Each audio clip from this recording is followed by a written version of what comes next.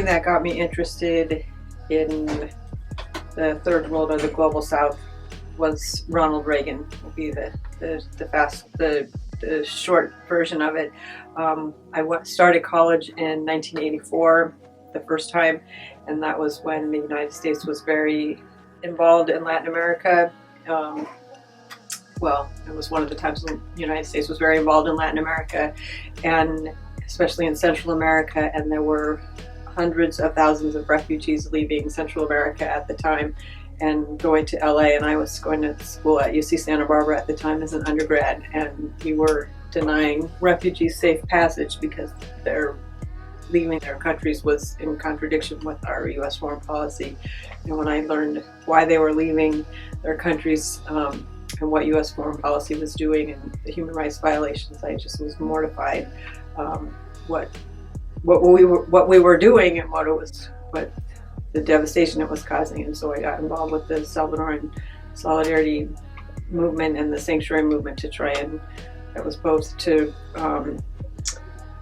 denounce U.S. foreign policy and get us out of El Salvador, and to bring refugee status for the Salvadorans, and the rest is history. Until misogyny is gone, there is a need for gender, women's sexuality studies. I've been involved with it since I first got to Bothell, and I'm finishing my 12th year here. But the Professor S. Charushila, Sarah Dowling, who's no longer here, sadly, and Rachel Foote, one of the IAS administrators, and we all wrote the proposal together and pushed it through. It took many years, but our vision has always been for it to be transnational and intersectional, and never just about U.S. white women. It's always been anti-racism, about transnational issues, and just about much more than just our very small world here. We launched before the 2016 elections. I mean, that's the poster for the launch event. We launched October 26, 2016, and then Trump was elected not even 2 weeks later. So the need for it, the need for it intensified a lot faster than we had ever imagined.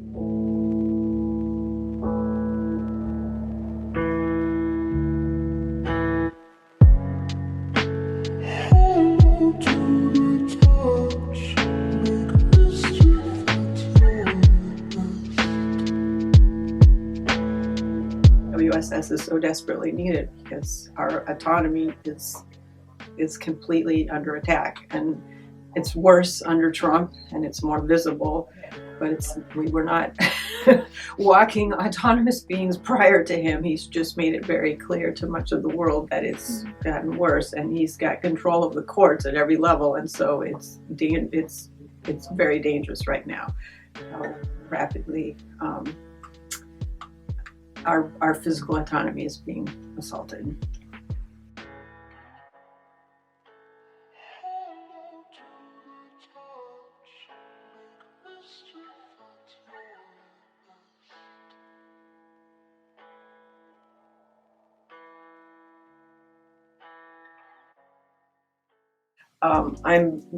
I've been working with Denise Hadwig, who's the digital librarian that we're working with.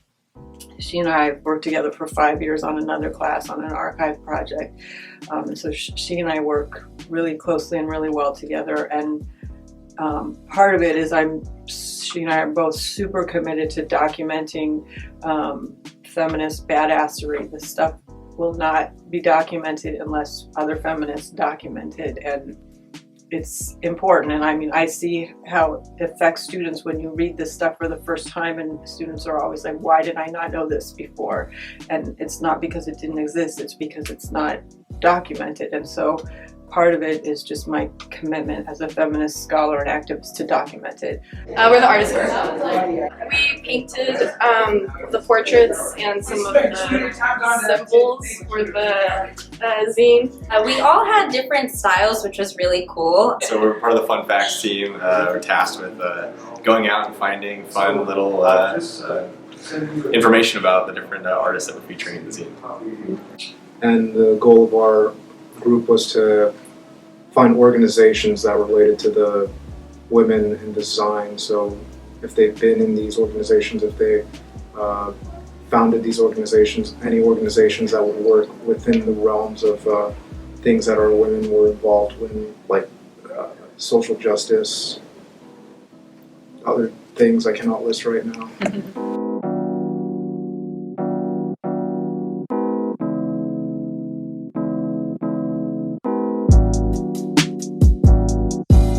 Was inspired by the Rad Women books, the Kate Scott's Rad Women books, which I use those in almost all my GWSS classes. That it's, the way I've described it is that it's emulating the Rad Women books by Kate Scott's, which a lot of people actually know what those books are, but for people who don't, they're kids' books that are about famous women in history around the world. And we are doing sort of a college version of them, but of women in the Pacific Northwest. So, and it inspire, you know, letting students run with their own strengths too, like we saw what the artists did in there, and the poets, and be able to, the multilingual students to be able to show their multilingual skills, and for the monolingual students to be able to appreciate the multilingual students, because I think that's very humbling for the monolingual students to see multilingual students around them, because they don't appreciate that enough. Well, as many hiccups as there were, I loved it, and I haven't even seen it yet, except for I'm just starting to see the electronic part. And there were definitely times when, like, when I was reading the individual essays, I would make my husband listen about whatever, some new person that I'd never heard of and how cool it was. Or I've told many colleagues on campus know about this project because I had talked to them about it, both my frustrations and how excited I was about it. Or there's many groups who I would send emails to thanking them for the work because it was so good. So as much as it's driving me crazy, I'm also loving it, and I'm super proud of it, even without having hard copy in hands.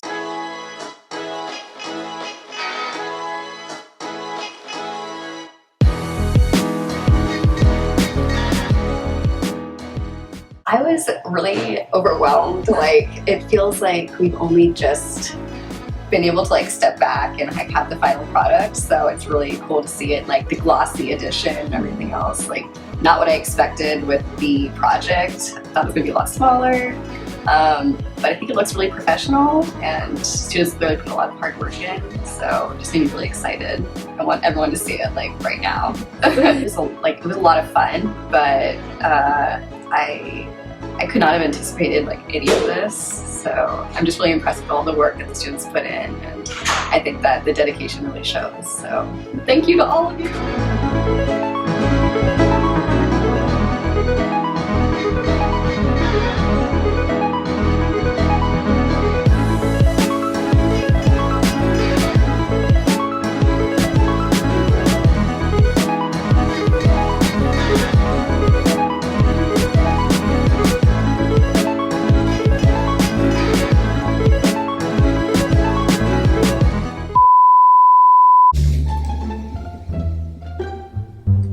I hope you can't see the trash can. That's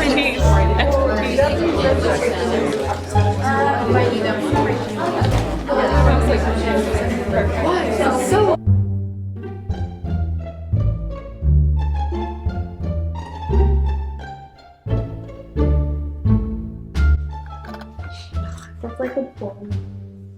I like your bone. Yes. That are badass. Sorry. Yes, we'll cut it. We're gonna cut a lot of stuff. If you want to say your name and be like, we're the whatever group, and then what you guys did. Do you want to say like we assemble organizations? Why don't you say it? So you're like the word to do it. That's what he got. I'm gonna do it out of his mouth. So what's starting? So what's start? You should use your seat. Yeah, whatever you feel comfortable. Wait, do you want to go first? You know, sure. Oh, Wait, you can go ahead. Full name. Full name? Full name, last name, date of birth. Whatever you feel comfortable with. I'm Kane. Oh. You didn't say your last name. If you were like, I'm Kane. First name. I don't know why I said that. So we painted the portraits and some of the symbols for the zine. Violet style. Can you restart? Because I didn't use her first name instead of her. You can walk. Sorry. Okay, we'll cut. real bad. Yeah. I'm ready to like squat and die. Yeah. I'm Kane McIntyre. I'm Sanjeevni Prasad. I'm Violet. Okay, I'm gonna Using my hands for some reason. Okay. He's Can't a see. bandit on the floor. Alright, I'm Kane McIntyre. I'm Sanjeevni Prasad. I'm Violet Pintrix. We're the artist team.